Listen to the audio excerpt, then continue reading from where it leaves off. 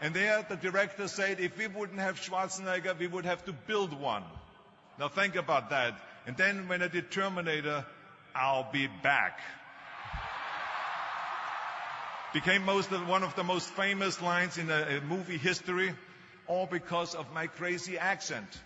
Now think about it. The things that the agent said will be totally a detriment and will be impossible for me to get a job, all of a sudden became an asset for me. All of those things, my accent, my body, and everything. So it just shows you never listen that you can't do something. And you have to work your way up, of course, run for something else first. I mean, it was the same when I ran for governor. The same lines that you have to work your way up, it can't be done.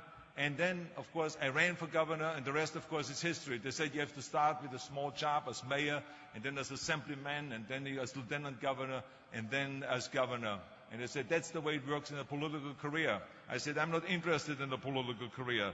I want to be a public servant. I want to fix California's problems and bring people together and bring the parties together. So, like I said, I decided to run. I didn't pay attention to the rules, and I made it, and the rest is history. Which, of course, brings me to rule number 3. Don't be afraid to fail. Anything I've ever attempted, I was always willing to fail. In the movie business, I remember that you pick scripts. Many times you think this is a winning script, but then, of course, you find out later on when you do the movie that it didn't work, and the movie goes in the toilet. Now, we have seen my movies. I mean, Red Sonja, Hercules in New York, Last Action Heroes. Those movies went in the toilet. But that's okay, because at the same time I made movies like Terminator and Conan and True Lies and Predator and Twins that went through the roof. So you can't always win, but don't be afraid of making decisions. You can't be paralyzed by fear or failure, or you will never push yourself. You keep pushing because you believe in yourself and in your vision. And you know that it's the right thing to do, and success will come. So don't be afraid to fail. Which brings me to rule number 4, which is don't listen to the naysayers. I mean, how many times have you heard that you can't do this and you can't do that and it has never been done before? Just imagine if Bill Gates had quit when people said it can't be done. I hear this all the time. As a matter of fact, I love it when someone says that no one has ever done this before, because then when I do it, that means that I'm the first one that has done it. So pay no attention to the people that say it can't be done. I remember my mother-in-law, Eunice Kennedy Shriver. When she started Special Olympics in 1968, people said that it would not work. The experts, the doctors that specialized in mental disabilities and mental retardation said it can't be done. You can't bring people out of the institution. You can't make them participate in sports, in jumping, in swimming, and in running. They will hurt themselves. They will hurt each other. They will drown in the pool. Well, let me tell you something. Now, 40 years later, Special Olympics is one of the greatest organizations in 164 countries, dedicated to people with mental disabilities and with intellectual challenge. And she did not take no for an answer. And the same is when you look at Barack Obama. I mean, imagine if he would have listened. If he would have listened to the naysayers, he would have never run for president. People said it couldn't be done, that he couldn't get elected, that he couldn't beat Hillary Clinton, that he would never win the general election. But he followed his own heart. He didn't listen to the you can't, and he changed the course of American history. So over and over you see that if I would have listened to the naysayers, I would still be in the Austrian Alps yodeling. I would never have come to America. I would have never met my wonderful wife, Maria Shriver. I would have never had the wonderful 4 kids. I would have never done Terminator, and I wouldn't be standing here in front of you today as governor of the greatest state of the greatest country in the world. So I never listened that you can't. I always listened to myself and said, yes, you can. And that brings me to rule number 5, which is the most important rule of all. Work your butt off. You never want to fail because you didn't work hard enough. I never wanted to lose a competition or lose an election because I didn't work hard enough. I always believed leaving no stone unturned. Muhammad Ali, one of my great heroes, had a great line in the 70s when he was asked, how many sit-ups do you do? He said, I don't count my sit-ups. I only start counting when it starts hurting.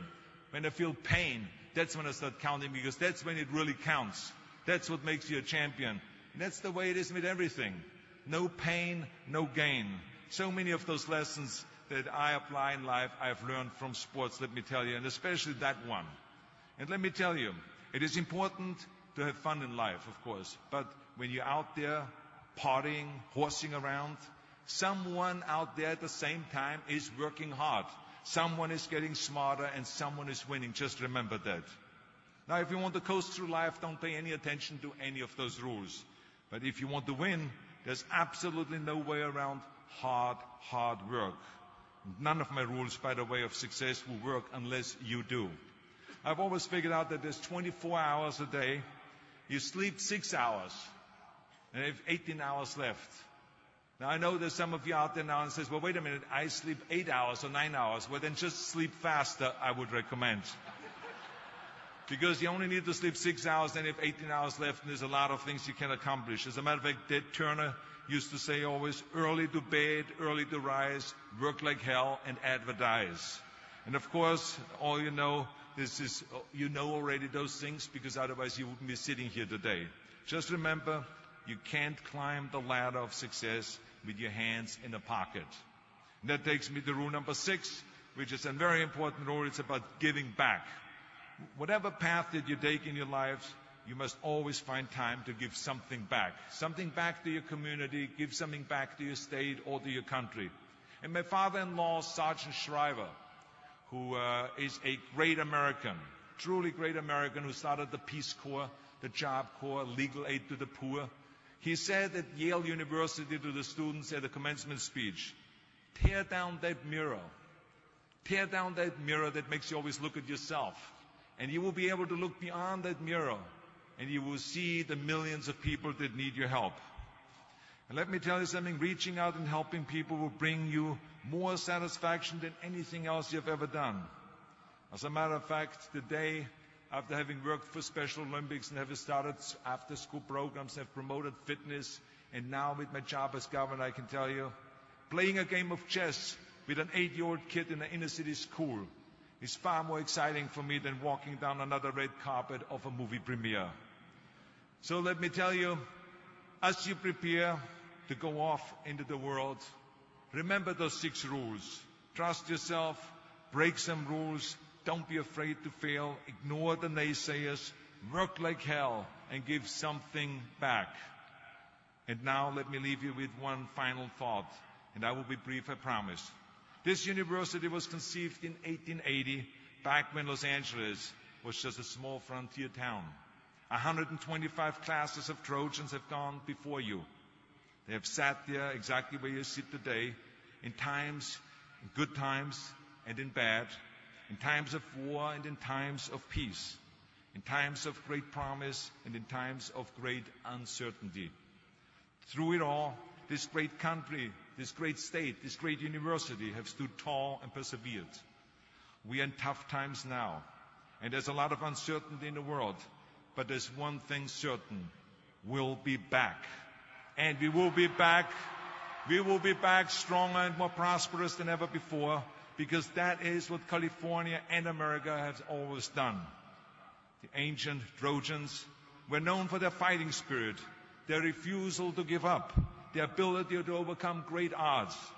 So as you graduate today, never lose that optimism and that fighting spirit.